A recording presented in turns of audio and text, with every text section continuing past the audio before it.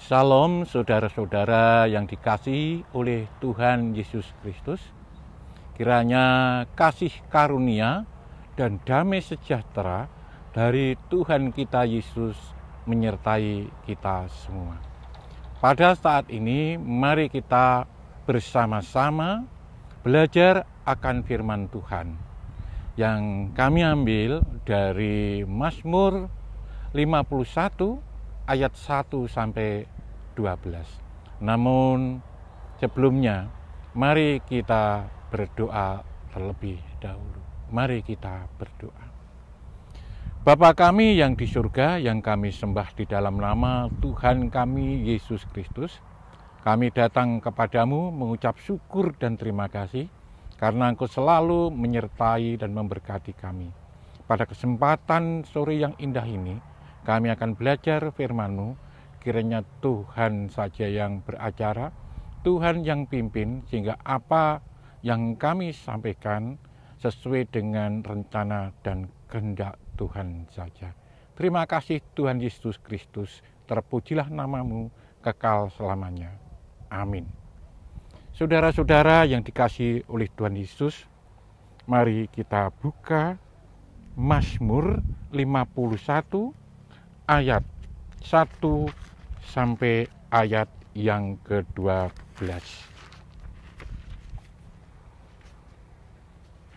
Demikian firman Tuhan.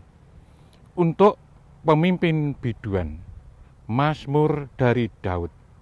Ketika Nabi Nathan datang kepadanya setelah ia menghampiri Betsheba, kasihilah aku ya Allah, menurut kasih setiamu, hapuskanlah pelanggaranku menurut rahmat-Mu yang besar. Bersihkanlah aku seluruhnya dari kesalahanku, dan tahirkanlah aku dari dosaku. Sebab aku sendiri sadar akan pelanggaranku, aku senantiasa bergumul dengan dosaku. Terhadap Engkau sajalah aku telah berdosa dan melakukan apa yang Kau anggap jahat, supaya ternyata Engkau adil dalam keputusan-Mu, bersih dalam penghukuman-Mu. Sesungguhnya dalam kesalahan aku diperanakkan, dalam dosa aku dikandung ibuku. Sesungguhnya Engkau berkenan akan kebenaran dalam batin, dan dengan diam-diam Engkau memberitahukan hikmat kepadaku. Bersihkanlah aku daripada dosaku dengan hisop, maka aku menjadi tahir. Basuhlah aku, maka aku menjadi lebih putih dari salju. Biarlah aku mendengar kegirangan dan sukacita. Biarlah tulang yang Kau remukkan bersorak-sorak kembali. Sembunyikanlah wajah-Mu terhadap dosaku. Hapuskanlah segala kesalahanku. Jadikanlah hatiku tahir ya Allah, dan perbaharunilah batinku dengan roh-Mu yang teguh. Amin. Sedemikian jauh pembacaan firman Tuhan. Berbahagialah orang yang mendengarkan firman Tuhan dan melakukan dalam kehidupan sehari-hari. Saudara yang dikasihi oleh Tuhan Yesus dan yang mengasihi Tuhan Yesus, tema renungan kita pada hari ini adalah Allah yang adil dan penuh kasih setia. Saudara-saudara yang dikasihi Tuhan, sebelum saya membahas tentang Mazmur ini, saya akan bercerita tentang kejadian tahun 1930. Kejadian ini ada di Amerika, ada di kota New York. Saat itu kota New York itu dipimpin seorang wali kota yang namanya Laurelio LaGuardia. Dia juga berprofesi sebagai hakim. Pada saat itu di Amerika sedang terjadi resesi ekonomi, terjadi krisis ekonomi karena cuaca yang ekstrim. Ternyata tidak hanya di Amerika, hampir seluruh dunia menghadapi resesi dan juga cuaca yang ekstrim. Saudara yang dikasihi Tuhan Yesus, pada waktu itu Sang Florelo LaGuardia itu dihadapkan seorang nenek yang sudah tua. Nenek tua dituduh mencuri roti dari toko roti. Dan oleh yang membawa nenek itu, yaitu penuntut umum, supaya nenek itu juga dihukum karena melanggar, yaitu mencuri roti di toko roti. Nenek tua itu beralasan mengapa dia mencuri roti di toko roti, karena dia lapar. Dia tidak punya makanan di rumah. Cucunya juga sangat kelaparan dan ibu dari cucunya itu sedang sakit keras. Maka dia tidak bisa berbuat apa-apa untuk menolong cucunya atau untuk mengisi perutnya sendiri kecuali dengan mencuri roti dari toko roti. Yang hakim itu berpikir, menghadapi dilema. Tidak dihukum, dia memang bersalah.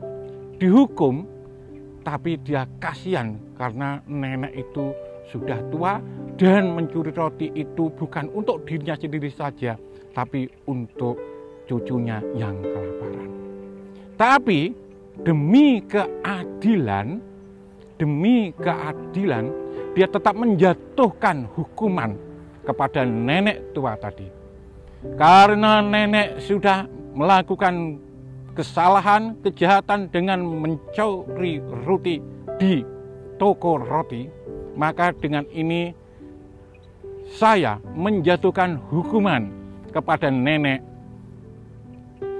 10 hari penjara atau denda $10. Nenek tua tertunduk karena tidak bisa membayar dan dia akan menghadapi penjara 10 hari. Walaupun 10 hari tapi di penjara susah rasanya. Tapi dengan tidak diketahui oleh nenek yang menunduk tadi, hakim turun dari kursi hakim dan mencopot topi kehakiman, merogoh sakunya yang ada dompetnya, membuka dompetnya dan memasukkan dompet itu di dalam topi hakim tadi. Kemudian hakim itu turun dengan mengatakan bahwa saudara-saudara yang di tempat ini juga bersalah karena membiarkan nenek tua ini kelaparan dan nenek tua ini punya cucu yang kelaparan. Maka saudara-saudara juga saya tuntut untuk memberikan 50 sen saja dari uang saudara.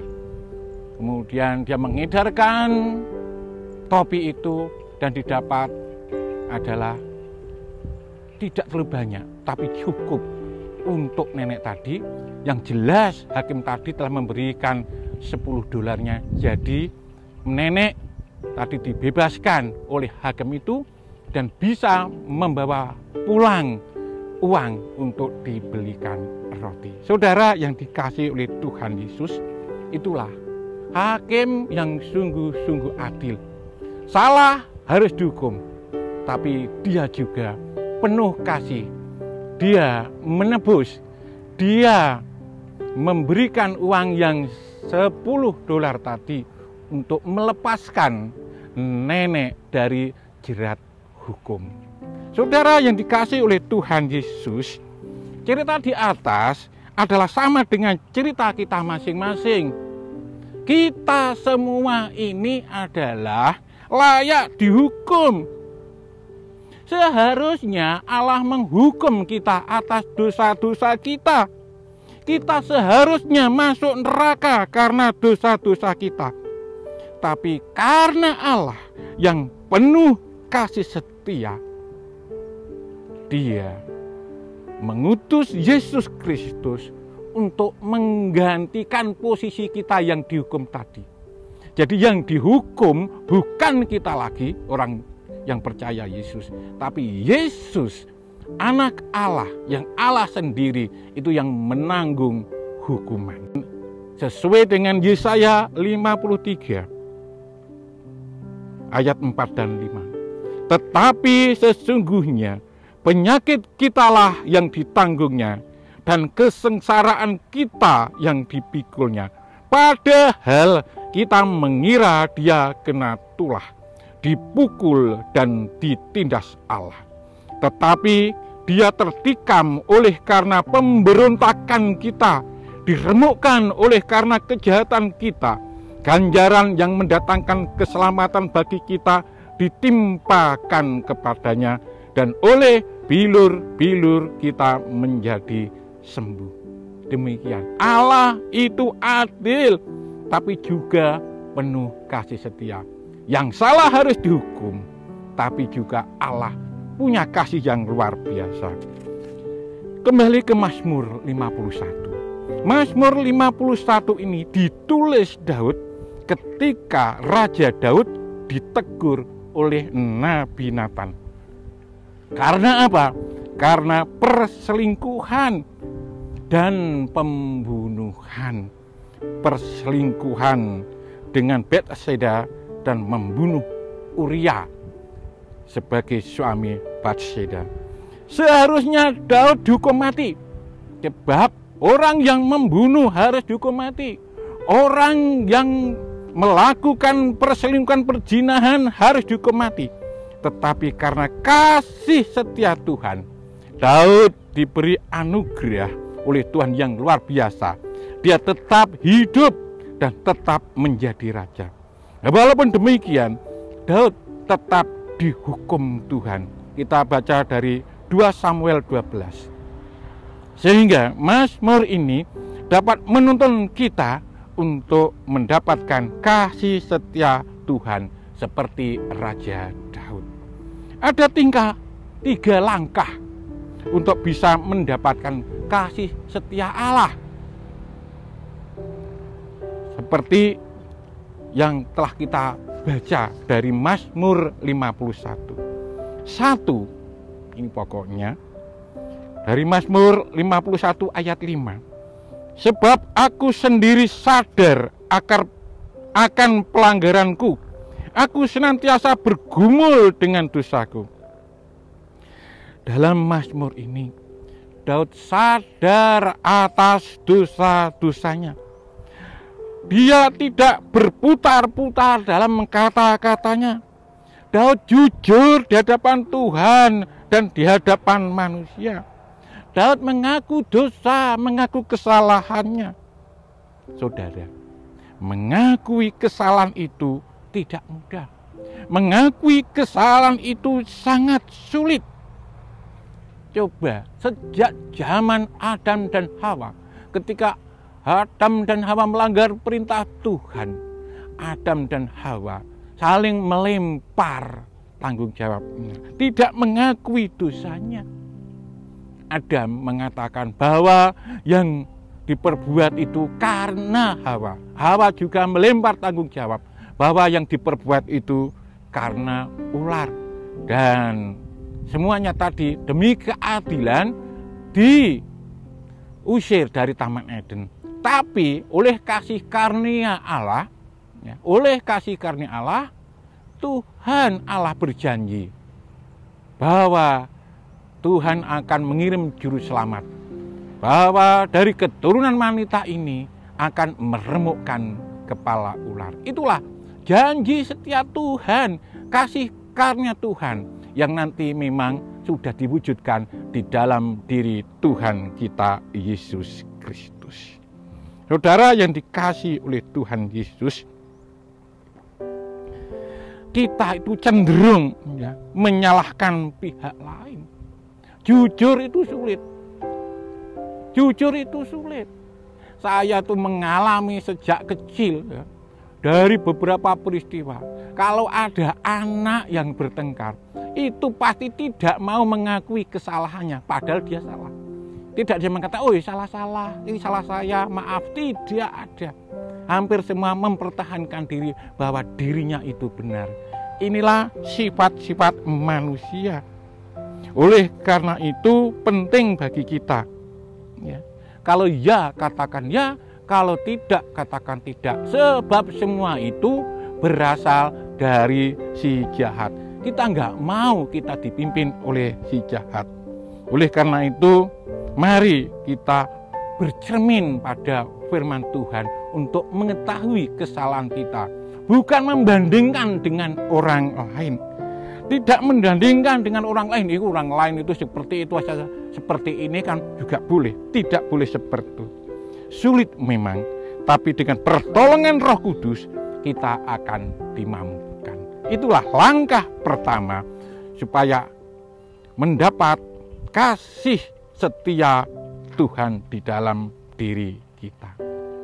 Langkah yang kedua adalah permohonan ampun supaya dibersihkan dari dosa. Ini dari Mazmur 51 ayat 3 dan 4. Kasihanilah aku ya Allah menurut kasih setiamu. Hapuskanlah pelanggaranku menurut rahmat-Mu yang besar. Bersihkan aku seluruhnya dari kesalahanku dan tahirkanlah aku dari dosaku. Setelah sadar atas salah dan dosa kita, langkah selanjutnya adalah mohon ampun atas kesalahan, atas pelanggaran kita dan dosa kita, supaya dapat dibersihkan oleh Tuhan. Sebab di hadapan Tuhan kita yang kelihatannya suci pun itu adalah sangat najis, kotor, hina. Kita betulnya tidak layak menghadap Tuhan. Kita adalah orang-orang yang munafik. Tetapi oleh kasih setia Tuhan, kita dibersihkan sehingga dilayakkan datang ke hadirat-Nya. Itu bukan usaha dan kekuatan kita, tapi karena kasih karunia Tuhan. 1 Yohanes 1 ayat 9 mengatakan, jika kita mengaku dosa kita, maka Ia adalah setia dan adil, sehingga Ia akan mengampuni segala dosa kita dan menyucikan kita dari segala kejahatan. Itulah langkah yang kedua. Untuk langkah yang ketiga adalah pembaharuan hati supaya hidup benar. Jadikanlah hatiku tahir. Jadikanlah hatiku tahir ya Allah, dan perbaruilah batinku dengan roh yang teguh. Mazmur 51 ayat 12. Hati kita perlu diperbarui.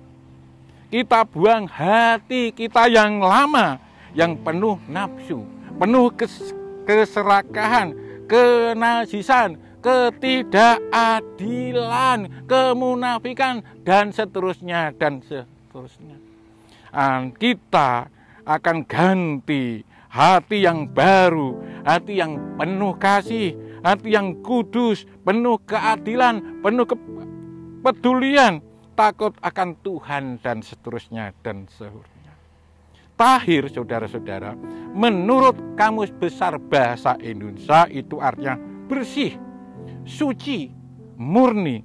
Jadi tahirkan sama dengan bersihkan, sucikan, murnikan aku ya Tuhan.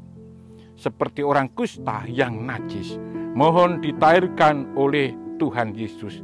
Demikian juga hati kita yang najis, yang kotor, yang hina, perlu ditahirkan, perlu disucikan, perlu dibersihkan.